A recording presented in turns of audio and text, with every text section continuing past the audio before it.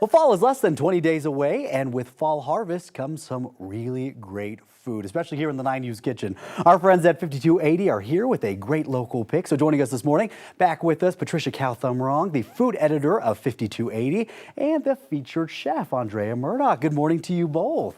Morning. Good morning. Okay, so this is a really interesting article. It's all about fall food, but with a bit of a twist, using indigenous ingredients.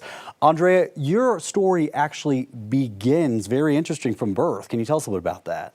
Yeah, absolutely. I was born in Caracas, Venezuela, and am originally, my indigeneity is from San Cristobal region, which is on the western border of Venezuela. And you were adopted and brought to the U.S. as a kid.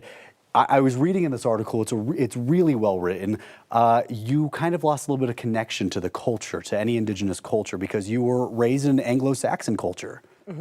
I was raised in Middle America in Ohio and did not have a connection to Andean or any indigenous or native traditions or culture. So I just started researching that for myself, and food has been my greatest teacher. And you dove headfirst into it. I was reading about that. You've got some incredible recipes. Patricia's over here like, yeah, they're absolutely gorgeous when you hear them.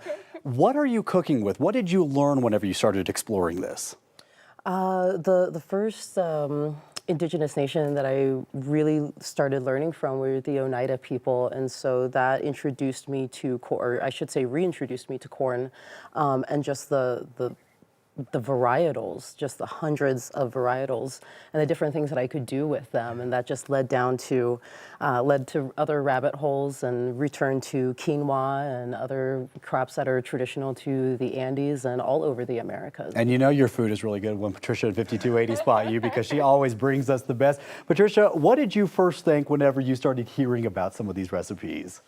Gosh, we felt so lucky to find Andrea because there are so few indigenous chefs in Denver, and she hosts pop-ups at Same Cafe, and was so generous to share these recipes with us, which we've never done before. We've never featured an indigenous chef in an entertaining recipe package like this. 100%. Yeah. And we want to get to the good part. You actually brought some of the good stuff with you. What are we looking at in front of us?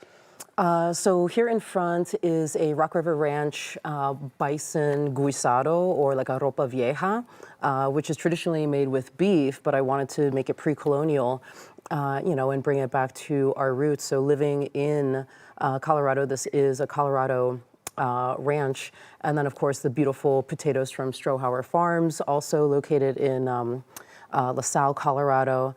And then in the center here, we have a salsa macha that I make without peanuts, because even though it's a Mesoamerican crop, there are just so many allergen concerns around it. So I figured out how to make it with... A lot of parents are going to like to hear that. Absolutely, right? Absolutely. Pick up the magazine, get your peanut-free salsa macha recipe.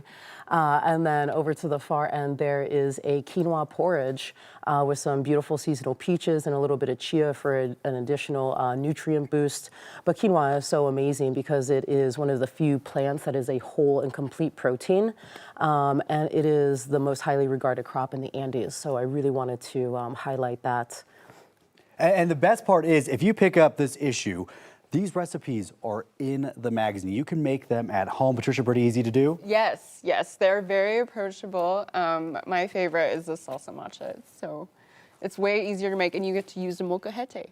Okay, sounds fun to me. Yeah. All right, well, we're going to dig in right now. We want to get a check of your forecast. Patricia and Andrea, thanks for being with us. Thank you, pleasure. All right.